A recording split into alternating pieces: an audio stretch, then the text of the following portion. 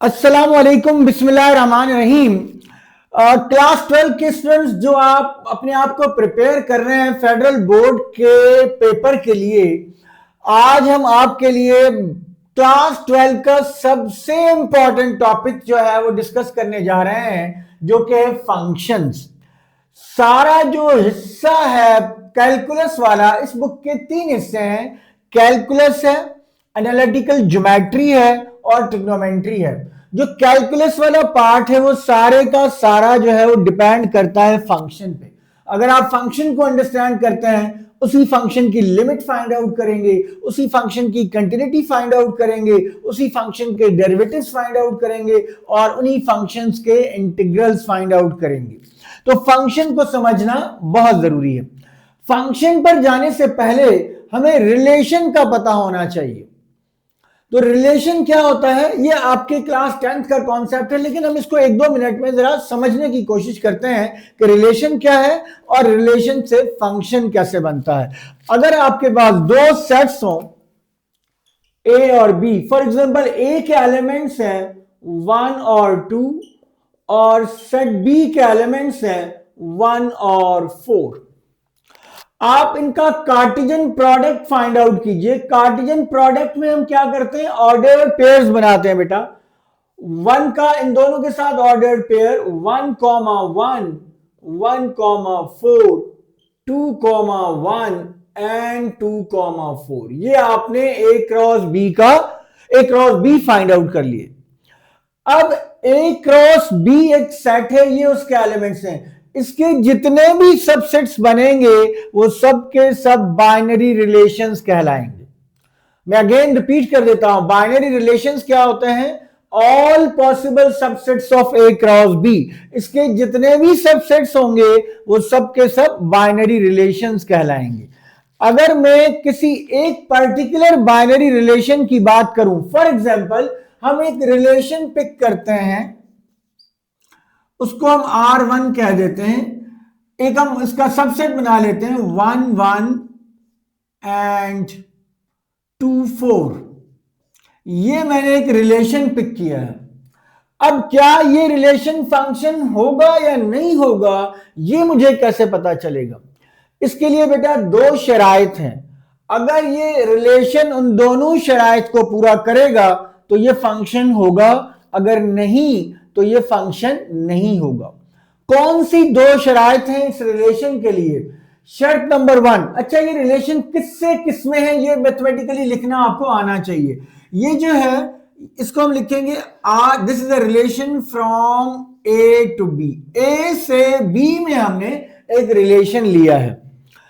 इस रिलेशन के फंक्शन होने के लिए जरूरी है कि इस रिलेशन का डोमेन या इनपुट जो है वो आपका सेट ए के इक्वल होना चाहिए। कहने का मकसद यह है कि हर इनपुट जो है उसका आपके पास आउटपुट होना चाहिए। कोई इनपुट ऐसा ना हो जिसका आउटपुट हमें ना मिल रहा हो। इनको हम जो है, जो फर्स्ट मेंबर्स हैं इनको इनपुट और जो सेकंड मेंबर्स हैं इनको आउटपुट कहते हैं। इसको डोमेन, इनपुट को डोमेन और आउटपुट को रेंज भी कहा जाता है। तो अगर मैं इसका डोमेन फाइंड आउट करूं तो डोमेन ऑफ R1 आ गया 1 और 2 और ये डोमेन ए के इक्वल है, मींस आपका इनपुट जो है, हर इनपुट का आउटपुट आपके पास मौजूद है। सेकंड बात हमें क्या देखनी है? सेकंड प्रॉपर्टी, पहली प्रॉपर्टी प्रूव हो गई। अब ये रिलेशन फंक्शन हो भी सकता है, नहीं भी हो सकता। सेकंड बात प्रूव होनी चाहिए, इनपुट जो है एक इनपुट का एक ही आउटपुट होना चाहिए। दूसरे वर्ड्स में हम कहते हैं डोमेन रिपीट नहीं होना चाहिए। आपको नजर आ रहा है कि there is no repetition of domain. Domain यहां पे देखिए 1 है, कोई और ऑर्डर्ड पेयर ऐसा नहीं है जिसमें 1 हो। इसमें है ही दो ऑर्डर्ड पेयर, यहां 1 है यहां 2 है। इसका मतलब एक डोमेन रिपीट नहीं हो रहा। इसका मतलब यह है कि ये वाला जो मैंने रिलेशन लिया है ये रिलेशन फंक्शन है। ठीक है, तो हर वो रिलेशन जो इन दोनों बातों को प्रूव करेगा वो फंक्शन होगा। अगर मैं एक और रिलेशन की बात करूं, फॉर एग्जांपल ये वाला रिलेशन ले लिया हम क्विकली, इसको मैं R2 कह देता हूं 1, 1 एंड 1, 4। क्या ये रिलेशन फंक्शन होगा? मुझे पहले नजर आ रही है, देखिए डोमेन रिपीट हो रहा है। एक ही इनपुट के, वन का इनपुट आउटपुट वन भी है और वन का आउटपुट फोर भी है।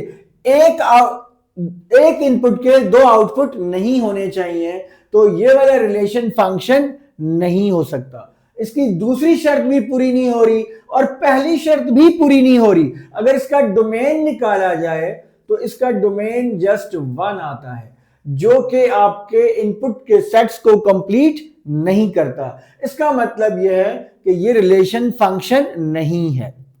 अच्छा, ये बेटा वो फॉर्म है फंक्शन की जो आपने क्लास 10th में सीखी है। अब आप जरा एक स्टेप आगे आ जाएंगे। वो क्या स्टेप है बेटा? ये जो आपकी फंक्शन की फॉर्म है, ये टेबुलर फॉर्म कहलाती है। इसको अगर मैं सेट बिल्डर नोटेशन में लिखना चाहूं, सेट बिल्डर नोटेशन क्या है? इसको आप इनको दो वेरिएबल्स काउंट कर लें। ये वेरिएबल x है, ये वेरिएबल y है, ये एक ऑर्डर्ड पेयर बन गया। इनका अगर आप गौर करें तो इन दोनों में एक रिलेशन मुझे नजर आ रहा है। मैं कह सकता हूं y is equal to x square. आप देखिए x की वैल्यू 1 दे, 1 का स्क्वायर क्या आ जाएगा? 1। 1 इनपुट 1 आउटपुट। अगर इसको हम ऐसे बना लें, ये देखिए 1 2 1 अगर आप देंगे, ये हमने जो फंक्शन बनाया, ये फंक्शन क्या है? y equals to x square है। x की जगह 1 देंगे आपको 1 मिलेगा, x की जगह 2 देंगे आपको 4 मिल जाएगा। तो ये जो फॉर्म है, आपने अब इस फॉर्म में फंक्शंस को पढ़ना है। इसको हम यूं भी लिख सकते हैं, y is equals to f of x.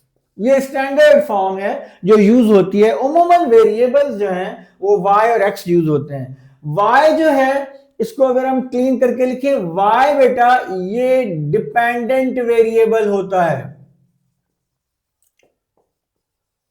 और x जो है ये इंडिपेंडेंट वेरिएबल है। डिपेंडेंट वेरिएबल हमेशा आप सेपरेट करके लेफ्ट हैंड साइड पे अमूमन हम लिखते हैं। बाकी जितने भी इंडिपेंडेंट वेरिएबल्स हैं या उसके साथ कोई कोएफिशिएंट्स हैं, उसकी और टर्म्स हैं, वो आप राइट हैंड साइड पे लिखेंगे। एक बात और जो अक्सर स्टूडेंट कंफ्यूज होते हैं कि ये f जो है ये कुछ और हो सकता है क्या? बिल्कुल हो सकता है बेटा। ये जरूरी नहीं आप f ही लिखें, आप इवन वेरिएबल भी चेंज कर सकते हैं। आप यूं भी कह सकते हैं इसको y is equal to f of x के बजाय z is equal to f of x, या आप यूं भी कह सकते हैं z is equal to g of x। आप इवन यूं भी कह सकते हैं w equal to h of x। Just ये सिंबल है, w is a function of x हम यूं कहेंगे। तो फंक्शन के लिए f लिखना जरूरी नहीं है, आप कैपिटल अल्फाबेट्स भी यूज कर सकते हैं, लेकिन स्टैंडर्ड यही है। आपके बुक में यही यूज होता है, y is equal to f of x. तो अब सेकेंड ईयर के लेवल पे जो आपने फंक्शन का पढ़ना है, फॉर्म पढ़नी है, वो ये वाली फॉर्म पढ़नी है। तो मैं जरा एक दफा क्विकली रिवाइज कर दूं, फंक्शन क्या है? फंक्शन के लिए जरूरी है कि हमें पहले रिलेशन का पता होना चाहिए कि दो ऑब्जेक्ट्स के दरमियान, आपका यहां पर सिर्फ दो ऑब्जेक्ट्स की बात होगी बेटा, दो क्वांटिटीज की बात होगी, तो रिलेशन पता होना चाहिए। हमने दो सेट्स लिए ए और बी और उनका कार्टेशियन प्रोडक्ट लिया, इसका एक बाइनरी रिलेशन लिया। ये वाला बाइनरी रिलेशन हमने इसकी दो प्रॉपर्टीज चेक की, इस बाइनरी रिलेशन का हमने डोमेन चेक किया, जो कि इस जो हमने रिलेशन लिया था ए से बी में, तो डोमेन ए के इक्वल हमें मिला। और फिर हमने देखा कि डोमेन रिपीट भी नहीं हो रहा, अगर वन यहां है तो किसी और ऑर्डर पेयर में वन नहीं है, तो इसका मतलब है ये रिलेशन फंक्शन है। ध्यान में रखिएगा, हर फंक्शन रिलेशन होता है लेकिन हर रिलेशन फंक्शन नहीं होता। फिर हमने एक और रिलेशन भी लिया और हमने देखा कि वो फंक्शन नहीं था। फिर हमने आपको टेबुलर फॉर्म से जो सेट बिल्डर फॉर्म में लिखना भी सिखाया, जो अभी आपने सेकंड ईयर में मेजर तौर पर पढ़ना है कि y is equal to f of x का क्या मतलब है। y जो है वो डिपेंडेंट वेरिएबल है, x जो है वो इंडिपेंडेंट वेरिएबल है। f जस्ट फंक्शन की सिंबल के लिए यूज हो रहा है, जरूरी नहीं है फंक्शन की सिंबल के लिए f यूज करें, आप f g h कुछ भी यूज कर सकते हैं। जरूरी नहीं है कि डिपेंडेंट वेरिएबल को y लिखें, आप z t या w कुछ भी लिख सकते हैं। अब हम फंक्शन को जानने के लिए और उसके टाइप्स को जानने के लिए कुछ जो है वो रियल लाइफ की एग्जांपल एक दो मैं आपको बताऊंगा, और फिर आपके जो सिलेबस है, एसएलओ कंटेंट्स हैं, उससे कुछ एग्जांपल्स लेंगे और डोमेन रेंज और टाइप्स ऑफ फंक्शन आपको क्लियर करेंगे सकता है। अच्छा, फंक्शन को समझने के लिए मैं अगर आपको एक रियल लाइफ की एग्जांपल दूं, फॉर एग्जांपल आपके पास जूसर है और आपका किसी दिन एप्पल का जूस पीने का दिल चाह रहा है, आप ने क्या किया, आपने एप्पल जो है वो जूसर लिया, एप्पल जूसर में इन किए, आपने इनपुट दिया एप्पल, वहां पर एक प्रोसेस हुआ जूसर के अंदर और एज एन आउटपुट आपको एप्पल जूस मिल गया। तो कोई भी ऐसा प्रोसेस जिसमें एक इनपुट का एक ही आउटपुट मिले, वो जो दो उन क्वांटिटीज का जो आपस में एक ताल्लुक होगा, रिलेशन होगा, उसको हम फंक्शन कहेंगे। लेकिन अगर ऐसा हो जाए, कोई कुदरत कुछ ऐसा कर दे कि आप जो है वो उसके अंदर एप्पल डालें और आपको 3-3 फ्लेवर का जूस मिल जाए, तो फिर वो जो है वो एप्पल और जूस का रिलेशन तो हो सकता है लेकिन वो फंक्शन नहीं हो सकता। मैथमेटिकली अगर मैं कहूं कि फॉर एग्जांपल मेरे पास f of x is equal to x square है, अगर मैं ये रिलेशन है एक्चुअली y और x के दरमियान, इसको हम यूं भी लिख सकता हूं y equals to x square. ये दो मेरे पास क्वांटिटीज हैं, दो वेरिएबल्स हैं x और y, उनका रिलेशन है जो है कि y is equals to x square. अगर मैं x की वैल्यू 2 प्रोवाइड कर दूं इसको, तो एज अ रिजल्ट मुझे क्या मिलेगा, 2 का स्क्वायर दैट इज 4। ये जो बेटा आपने 2 प्रोवाइड किया इसको हम कहते हैं इनपुट, ये जो 4 आपको मिला इसको हम कहते हैं आउटपुट। ये जो 2 आपने इसको प्रोवाइड किया इनको हम डोमेन भी कहते हैं, और एज अ रिजल्ट जो नंबर आप मिला इसको हम रेंज भी कहते हैं। ठीक है, तो फंक्शन यहां से हमें एक इनफॉर्मल सी डेफिनेशन फंक्शन की क्या बनी कि कोई से भी दो क्वांटिटीज का ऐसा रिलेशन जिसमें एक इनपुट का एक ही आउटपुट हो, तो ऐसा रिलेशन जो है वो क्या कहलाएगा, फंक्शन कहलाएगा। कब फंक्शन नहीं होगा? अगर मैं इनका थोड़ा सा ग्राफिकली आपको एक एरो डायग्राम के थ्रू बताऊं, फॉर एग्जांपल ये मेरे पास एक सेट है ए, ये है बी, ये दो क्वांटिटीज हैं, इनपुट्स है मेरे पास ये और आउटपुट हैं 4 और 5। अगर 1 हमने एज इनपुट दिया और आउटपुट मुझे 4 मिला, और 1 जब हमने इनपुट दिया तो आउटपुट मुझे 5 भी मिल गया। एक ही इनपुट के अगर दो आउटपुट मिल रहे होंगे तो ये ए और बी के दरमियान रिलेशन तो हो सकता है लेकिन ये फंक्शन नहीं हो सकता। तो सिंपल वर्ड्स में हम ये कह सकते हैं कि कोई से भी दो क्वांटिटीज का ऐसा रिलेशन जिसमें आप अगर एक इनपुट दें तो आपको एक ही आउटपुट मिले, तो ऐसा रिलेशन फंक्शन कहलाएगा। अब एग्जाम से रिलेटेड क्या किस तरह के क्वेश्चन जो है वो आ सकते हैं? फॉर एग्जांपल अगर मैं 2-3 एमसीक्यूज के क्वेश्चंस आपसे शेयर करूं, यहीं से इसी डेफिनेशन से अगर मैं आपसे शेयर करूं, फॉर एग्जांपल अक्सर जो है वो ग्राफ्स बने हुए होते हैं। फॉर एग्जांपल ये एक ग्राफ बना हुआ है, ये दूसरा ग्राफ बना हुआ है, और ये एक और स्ट्रेट लाइन का ग्राफ फॉर एग्जांपल ये बना हुआ है। अगर मैं आपसे पूछूं इनमें से which one quantity is not a function, कौन सी क्वांटिटी फंक्शन नहीं है, तो आप कैसे पता करेंगे कि कौन सी क्वांटिटी फंक्शन नहीं है? हमारे पास एक टेस्ट होता है जिसको हम कहते हैं वर्टिकल लाइन टेस्ट। क्या कहते हैं जी? Vertical line test. आप एक वर्टिकल लाइन ड्रॉ करेंगे, वाई एक्सिस के पैरेलल एक लाइन ड्रॉ करेंगे। अगर आपकी वो लाइन आपके जो भी आपका कर्व है उसको दो पॉइंट्स पे इंटरसेक्ट करेगी तो वो फंक्शन नहीं होगा। This is not a function. क्यों?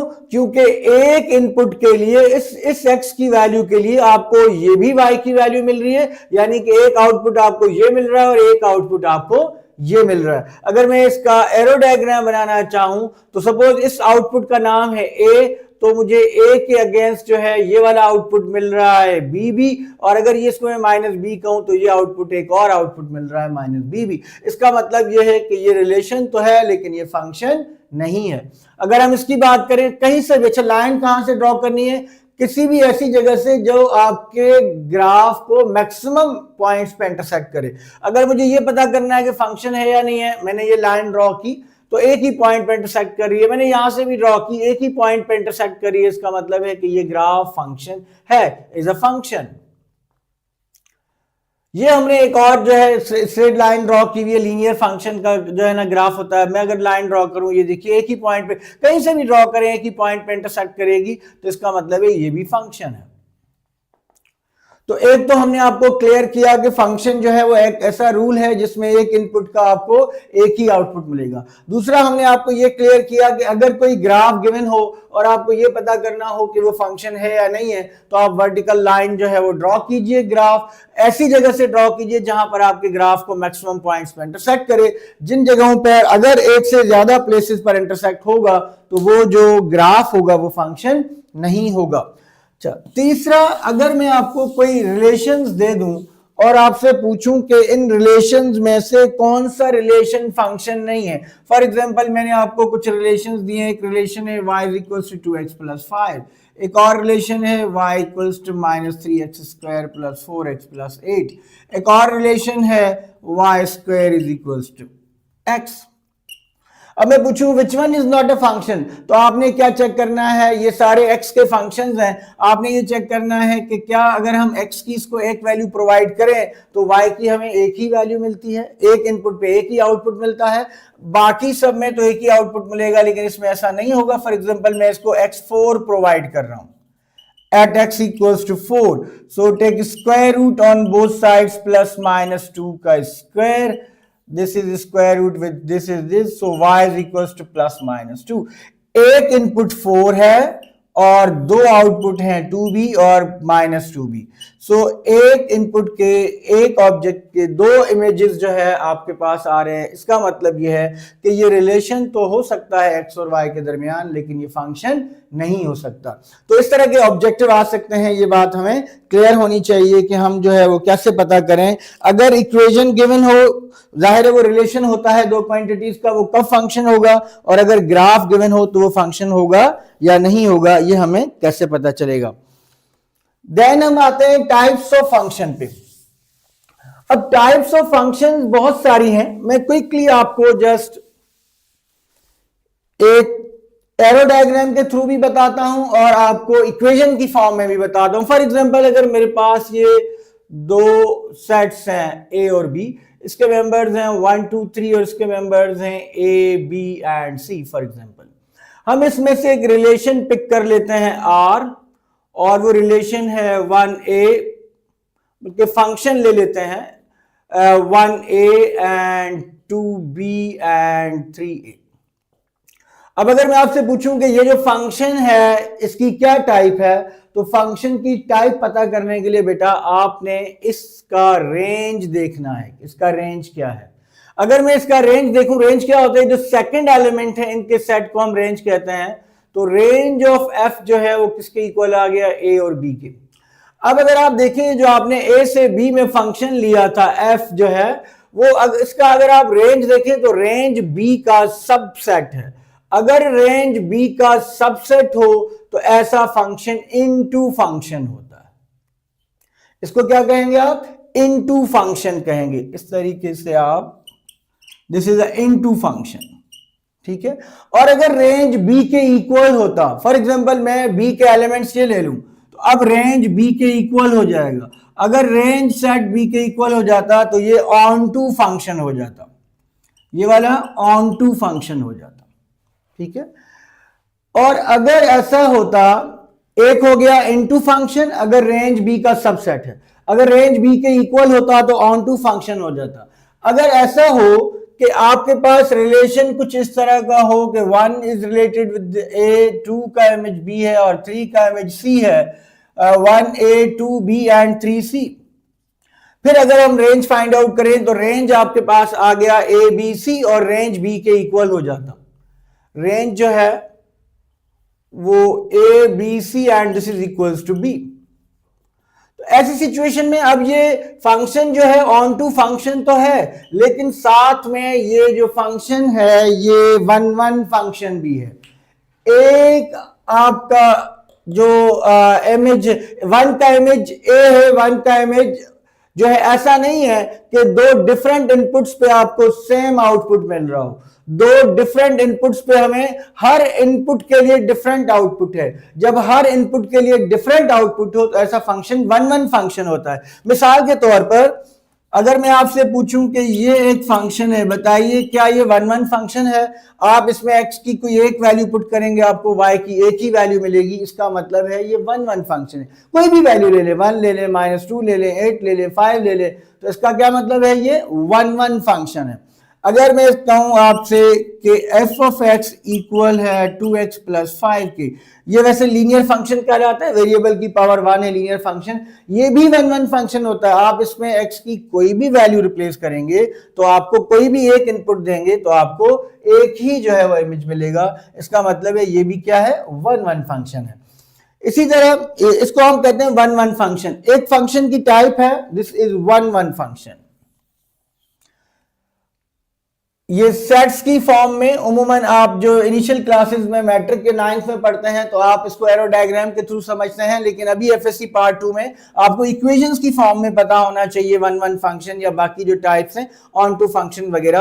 तो ये हमने एक वन वन फंक्शन की एग्जांपल आपके साथ शेयर की, दो एग्जांपल्स दी आपको वन वन फंक्शन। अच्छा, then many one function. Many one function क्या होता है और किस तरह की इक्वेशंस जो है वो मेनी वन फंक्शंस को क्रिएट करती हैं? फॉर एग्जांपल हमारे पास दूसरा है मेनी वन फंक्शन। अगर मेरे पास एक इक्वेशन है f of x equals to x square,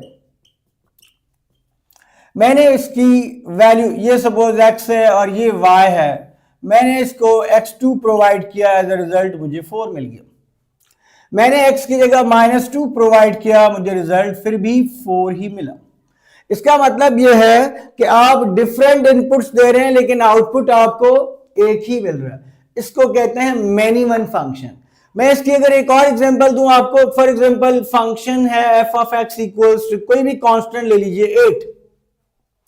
अब आप, ये आपका x है और ये आपका y है। फॉर एग्जांपल x तो आपको 1 प्रोवाइड कीजिए, x की जगह पे 1, f ऑफ 1 क्या आ जाएगा? 8।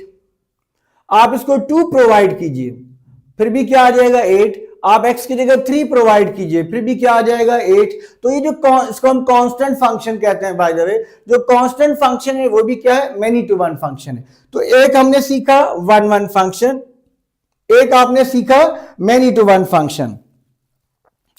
और जो मेनी टू वन फंक्शन में ये वाला फंक्शन लिखा मैंने, ये टाइप्स अक्सर ऑब्जेक्टिव के तौर पर आती हैं बेटा।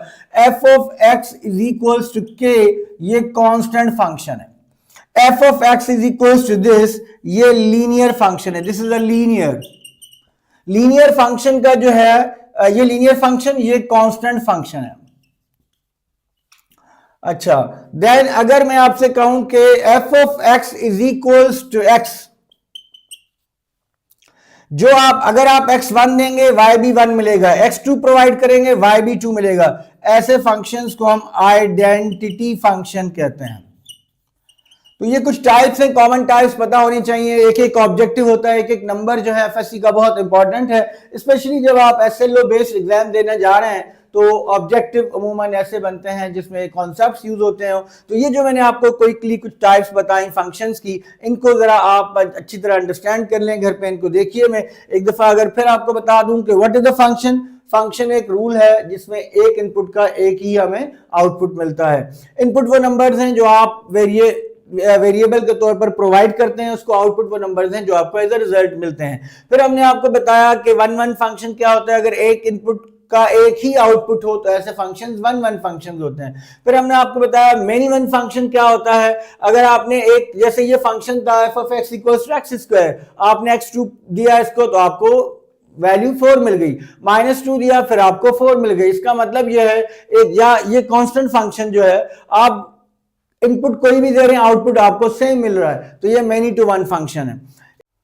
फंक्शन को जाने बगैर हम कैलकुलस नहीं समझ सकते, क्योंकि इन्हीं फंक्शंस की आपने लिमिट फाइंड आउट कर चुके हैं, हम इन्हीं फंक्शंस की आगे हमने कंटिन्यूटी फाइंड आउट करनी है, इन्हीं फंक्शंस का हमने डेरिवेटिव फाइंड आउट करना है और इन्हीं फंक्शंस का हमने इंटीग्रल फाइंड आउट करना है। तो कुछ और फंक्शंस जो बड़े कॉमन फंक्शंस हैं, even and odd functions, even odd functions. आपके जो शॉर्ट क्वेश्चंस का सेक्शन है, सेक्शन बी, उमूमन जो है वो कोई फंक्शन देकर आपसे पूछते हैं बताइए इवन फंक्शन है या ऑड फंक्शन है। मैं आपको इसमें एक ऐसी ट्रिक भी बताऊंगा कि ग्राफ के थ्रू, अगर ग्राफ गिवन हो तो क्या बता सकते हैं कि वो इवन फंक्शन है या ऑड फंक्शन है, तो इसकी अभी हम बात करेंगे। सबसे पहले मैंने फॉर एग्जांपल एक फंक्शन लिखा f of x is equals to cos x। अगर मुझसे पूछा जाए कि ये इवन फंक्शन है या ऑड फंक्शन है, तो उसका क्या मेथड है, प्रोसीजर क्या है, आप x को रिप्लेस करेंगे bye minus x, replace x bye minus x, x की जगह आप माइनस एक्स इसमें बच्चे रिप्लेस कर देंगे, ये हो गया cos माइनस एक्स। ट्रिग्नोमेट्री में आप पढ़ चुके हैं कि cos माइनस थीटा जो है, cos माइनस थीटा इक्वल होता है cos थीटा के। इसका मतलब यह है cos माइनस एक्स किसके इक्वल आ गया, cos एक्स की। तो इसका मतलब यह है अगर आपका f ऑफ माइनस एक्स, ये कंडीशन है इवन फंक्शन की, f of minus x cos x क्या है, f of x, f of minus x अगर f ऑफ एक्स के इक्वल आ जाए तो ऐसे फंक्शंस को हम इवन फंक्शंस कहते हैं। वो सारे फंक्शन जो इस कंडीशन को फॉलो करेंगे वो क्या होंगे, इवन फंक्शन। अगर मैं आपसे कहूं f of x equals to x square, ये भी बेटा इवन फंक्शन है। अगर मैं इनका ग्राफ बनाऊं तो देखिए कि ग्राफ क्या इवन फंक्शन की सिमेट्री होती है। इसका ग्राफ पैराबोला है जी अलोंग y एक्सिस, ये parabola. Even function y axis के अबाउट सिमेट्रिक होते हैं। आप जितना पोर्शन जो है इसका y एक्सिस के लेफ्ट पर है वही राइट पर है, तो हमें क्या पता चला कि इवन फंक्शंस y एक्सिस के अबाउट सिमेट्रिक होते हैं। तो अगर ये सिर्फ ग्राफ गिवन हो, मुझसे पूछा जाए कि ये कौन सा है, इवन फंक्शन या ऑड फंक्शन, तो हम क्या कहेंगे कि ये इवन फंक्शन है। इसी तरह cos x का हमने आपसे कहा, तो अगर आपको cos के थोड़ा ग्राफ का बिहेवियर पता है, मैं यहां पे ड्रॉ भी कर देता हूं।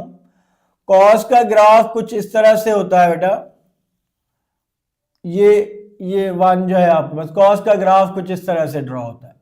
तो ये cos का ग्राफ भी अगर आप देखेंगे, यहां पर आप एक लाइन ड्रॉ कर सकते हैं जिसको हम लाइन ऑफ सिमेट्री कहेंगे। उसके बोथ साइड्स पर आपको नजर आएगा कि cos इक्वल है, तो इसका मतलब है कि जब किसी लाइन के अबाउट कोई सिमेट्रिक y एक्सिस के अबाउट या any line which is parallel to y axis उसके अबाउट कोई ग्राफ जो है सिमेट्रिक हो, तो हम कहेंगे वो इवन फंक्शन है। ये मैंने एक्चुअली 0 से 2 पाई तक बनाया है, इसलिए आपको इस तरह नजर आ रहा है। अगर आप -2 पाई से 2 पाई तक इसको देखेंगे तो देन आपको इजीली जो है नजर आ जाएगा कि y एक्सिस के अबाउट भी इसकी सिमेट्री आपको नजर आ जाएगी। ऑड फंक्शन जो है वो क्या है, फॉर एग्जांपल मैं आपसे कहूं f of x is equals to x cube, क्या ये ऑड है, इवन है? टेस्ट यही है बच्चे, आप x को -x से रिप्लेस कर दें, x की जगह -x रिप्लेस कर दें, तो ये आ जाएगा -x का क्यूब, और x क्यूब जो है वो इसके इक्वल है, तो this is -f of x। जब f ऑफ -x जो है वो -f ऑफ x के इक्वल, आप यूं कहिए कि इवन फंक्शन इस नेगेटिव साइन को एब्जॉर्ब अगर कर ले तो इवन फंक्शन, और अगर नेगेटिव साइन को निकाल के बाहर फेंक दे और फंक्शन रिप्लेस हो जाए आपके पास, तो वो ऑड फंक्शन। इसका मतलब ये है कि ये वाला फंक्शन जो है वो ऑड फंक्शन है। ऑड फंक्शन का बिहेवियर क्या होता है, ये कैसे पता चले ग्राफ से कि फंक्शन ऑड है या इवन? तो अगर मैं सिंपल इसका ग्राफ ड्रॉ करूं तो बेटा इसका ग्राफ कुछ इस तरह से ड्रॉ होता है, f of x equals to x cube का ग्राफ। अगर आप गौर करें तो ये है ओरिजिन, ओरिजिन से अगर कुछ फासले पे, फॉर एग्जांपल मुझे ये पॉइंट मिल रहा है डिस्टेंस पे, जितना इसी लाइन के अपोजिट डायरेक्शन में जितने डिस्टेंस पर आपको ये पॉइंट मिल रहा है, सेम आपको ये थर्ड क्वाड्रेंट में ये पॉइंट मिलेगा। यहां पर ये जो पॉइंट होगा ये x और y अगर है, तो यहां पर ये पॉइंट क्या हो जाएगा, -x और -y। इसको हम कहते हैं कि ऑड फंक्शन जो है ओरिजिन के अबाउट सिमेट्रिक होता है। ऑड फंक्शन किसके अबाउट सिमेट्रिक है, ओरिजिन के अबाउट सिमेट्रिक है। तो वो फंक्शन जो इस कंडीशन को फॉलो करते हैं वो ऑड फंक्शंस होते हैं, वो ओरिजिन के अबाउट सिमेट्रिक होते हैं। क्या आप मुझे बता सकते हैं कि ये जो sin x है ये ऑड फंक्शन है या इवन फंक्शन है? कमेंट्स के सेक्शन में जरूर कमेंट कीजिएगा, मैं आपको कमेंट्स में रिप्लाई करूंगा कि आपने सही बताया या गलत। One of the most important thing in a function, that is domain and range of a function. As far as my teaching is concern, मैंने देखा है स्टूडेंट जो है वो डोमेन और रेंज में बहुत कंफ्यूज होते हैं, वो उनको नहीं पता चल रहा होता कि डोमेन और रेंज जो है वो कैसे फाइंड आउट करें। तो हम डिफरेंट जो कि आपके एसएलओ बेस्ड फंक्शंस हैं, जो आपके सिलेबस का हिस्सा है, आपके कंटेंट का, उनके जनरल जो फंक्शन लेकर के उनका डोमेन और रेंज कोशिश करते हैं कि आपको बात समझ आ जाए। डोमेन और रेंज लिखते कैसे हैं उसके लिए भी थोड़ा सा मैं आपको बता दूं। एक्चुअली जो आप फंक्शन वगैरह पढ़ रहे हैं ये आपका रियल नंबर से रिलेटेड है। रियल नंबर्स का सेट जो है, कॉम्प्लेक्स अगर नंबर इन्वॉल्व ना हो तो सबसे बड़ा नंबर्स का सेट है। रियल नंबर्स के सेट को आप आर से भी रिप्रेजेंट करते हैं, आप इस तरह भी रिप्रेजेंट करते हैं, और रियल नंबर के सेट को इंटरवल की फॉर्म में आप माइनस इन्फिनिट से प्लस इन्फिनिट भी लिखते हैं। ये जो इंटरवल्स हमने बनाए हैं, ये वाले ब्रैकेट जो है इसका मतलब होता है ओपन इंटरवल। ये जो ओपन इंटरवल में है, ओपन इंटरवल है, इसमें ये एंड पॉइंट्स शामिल नहीं होते। ठीक है, तो जब हम डोमेन और रेंज लिखेंगे तो ये बातें हमें कुछ पता होनी चाहिए। कहां से स्टार्ट करेंगे? पहले हम लीनियर फंक्शन लेते हैं कि जो लीनियर फंक्शन होता है उसका डोमेन और रेंज क्या होता है। फॉर एग्जांपल मैंने एक फंक्शन लिया f of x equals to -5x + 8। ये लीनियर फंक्शन है, क्यों भला? क्योंकि जो वेरिएबल है उसकी मैक्सिमम पावर 1 है। ऐसा फंक्शन जिसमें वेरिएबल की मैक्सिमम पावर 1 हो वो लीनियर फंक्शन होता है। इसका डोमेन क्या होगा? अब आपका थिंकिंग प्रोसेस क्या होना चाहिए कि डोमेन का कैसे पता करें। आपने ये सोचना है बेटा, इस रियल नंबर लाइन से कोई, आपको पता है कि आपके जहन में कोई भी नंबर आए वो रियल नंबर होगा। आप इस लाइन में से कोई भी नंबर पिक करें और यहां रिप्लेस करें, तो क्या यहां रिप्लेस करने के बाद क्या आउटपुट मिलेगा या नहीं मिलेगा? इससे पहले मैंने आपको एग्जांपल दी फंक्शन की, जूसर की। में फॉर एग्जांपल किसी दिन आपका जूस पीने का दिल चाह रहा है, आप बाहर गए और बजाय एप्पल डालने के आपने बाहर से पत्थर लिए और जूसर में डाल दिए। आपने इनपुट तो दिया लेकिन आउटपुट के तौर पर आपको कुछ भी नहीं मिला सवाए जूसर खराब होने के। तो ऐसा नंबर जो हम इसको एज ए इनपुट दें और आपको आउटपुट ना मिले तो वो नंबर जो है उस फंक्शन का डोमेन नहीं हो सकता। ठीक है, तो क्या कोई ऐसा नंबर है जो मैं यहां रिप्लेस करूं और मुझे कोई रिजल्ट ना मिले? रिजल्ट ना मिलने से मुराद है कि मुझे कोई नंबर ना मिले, तो ऐसा कोई नंबर मुझे नजर नहीं आ रहा। अक्सर बच्चे कहते हैं सर जीरो, यहां पे बेटा अगर आप जीरो रिप्लेस करें तो -5 × 0 + 8 आपको 8 मिल जाएगा। तो आपने जब 0 दिया तो आपको 8 मिल गया। ठीक है, इसका मतलब कोई भी नंबर आप रिप्लेस करेंगे आपको एज ए रिजल्ट एक नंबर मिलेगा। इसका मतलब यह हुआ कि ये जो लीनियर फंक्शन है इसका डोमेन सारे रियल नंबर्स हैं। लीनियर फंक्शन का डोमेन क्या है? All real numbers.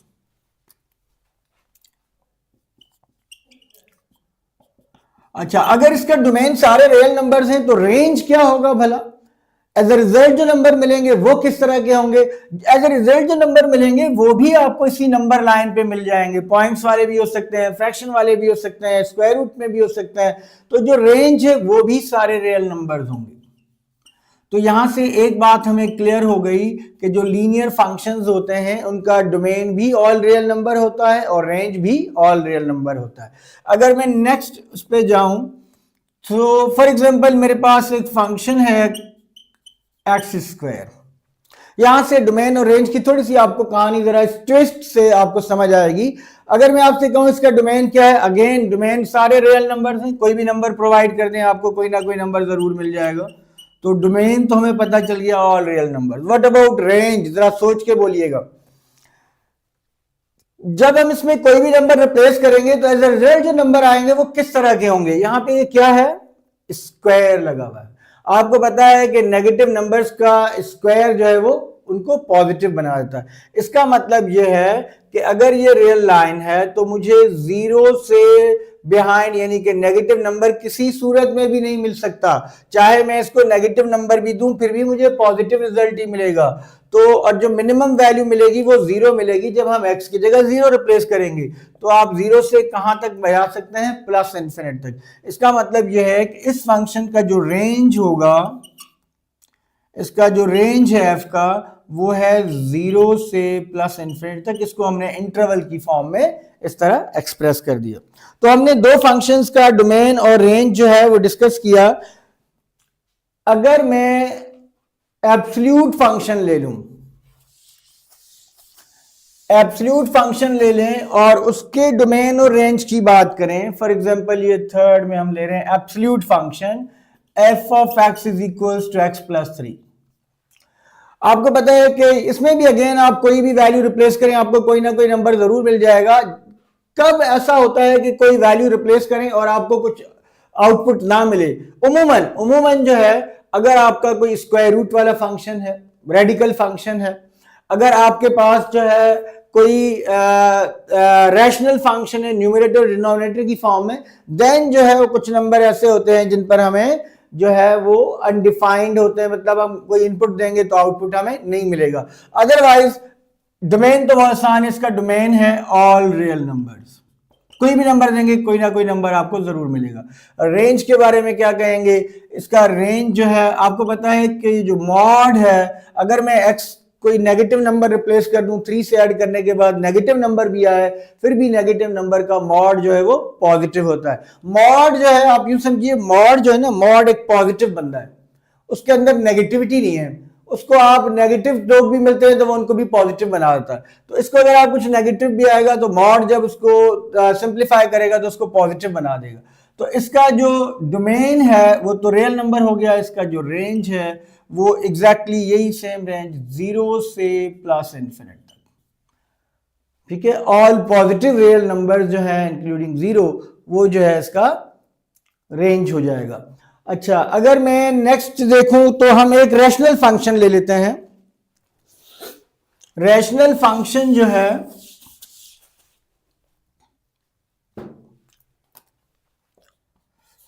सपोज ये एक फंक्शन है f of x equals to 5 by x minus 3। इसका क्या होगा डोमेन और क्या होगा रेंज? क्या कोई ऐसा नंबर है, आपने क्या सोचना है कि क्या इस रियल नंबर लाइन से आप कोई ऐसा नंबर पिक कर सकते हैं जो आप इसमें रिप्लेस करें और एज अ रिजल्ट हमें आउटपुट ना मिले? देखिए, डिनोमिनेटर में है x माइनस 3, हमें पता है मैथमेटिक्स में डिनोमिनेटर 0 नहीं होना चाहिए क्योंकि वो अनडिफाइंड हो जाता है। तो अगर मैं x की जगह 3 रिप्लेस करूंगा तो 3 माइनस 3 0 हो जाएगा।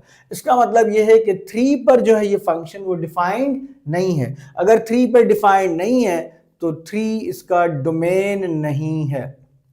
सारे रियल नंबर इसका डोमेन है लेकिन 3 इसका डोमेन नहीं है। ये ऐसे समझ लीजिए कि कोई एक अफसर है, उसके पास बहुत सारे इख्तियारात हैं लेकिन कोई एक इख्तियार ऐसा है जो उसके पास नहीं है।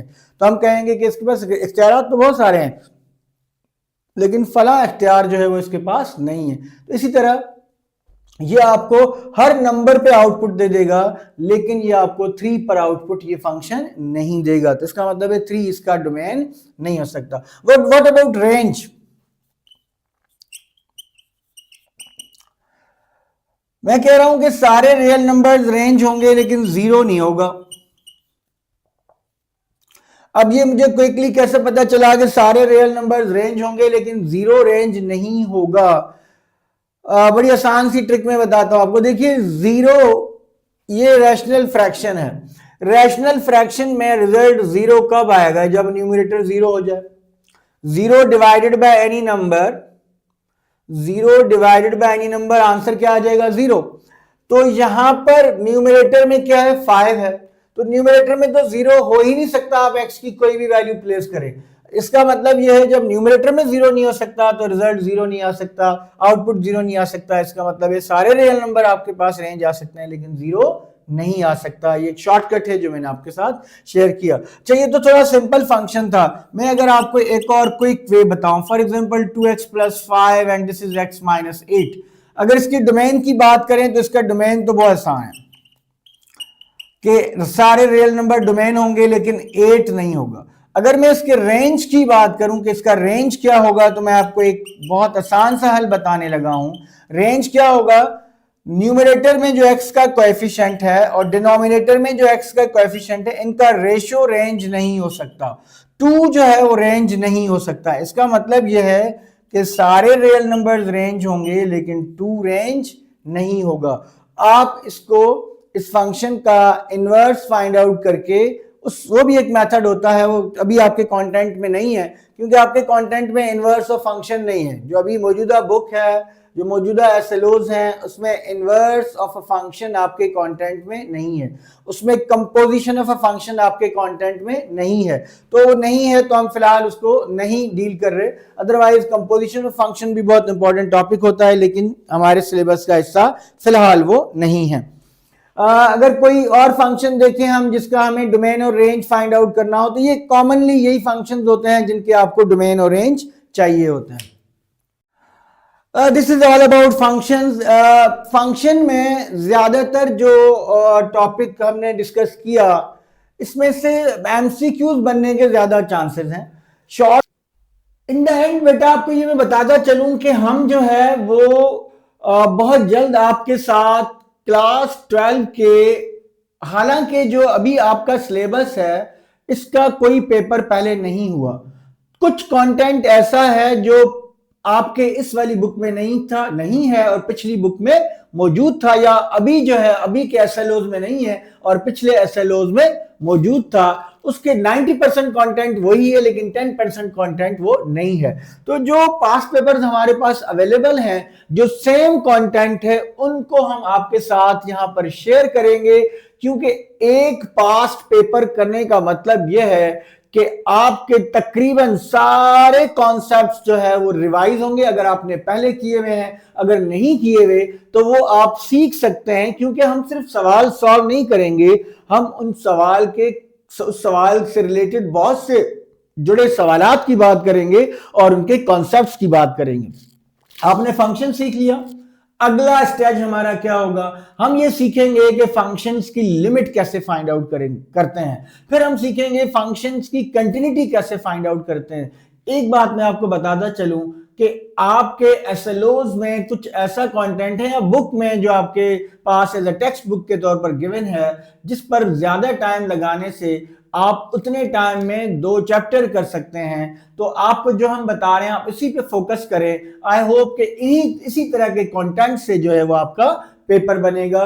तो हम उन कंटेंट की नेक्स्ट क्लास में लिमिट की बात करेंगे और देन कंटिन्यूटी की बात करेंगे, और उसके साथ पास्ट पेपर्स हमने आपको बताया कि बहुत जल्द हम पास्ट पेपर्स जो है वो सॉल्व करने लगे हैं। अगर नेट का इशू सॉल्व हो गया तो हम उनको लाइव क्लासेस में भी ले सकते हैं, अदरवाइज वीडियो बना के आपके साथ शेयर करेंगे। टिल देन अल्लाह हाफिज।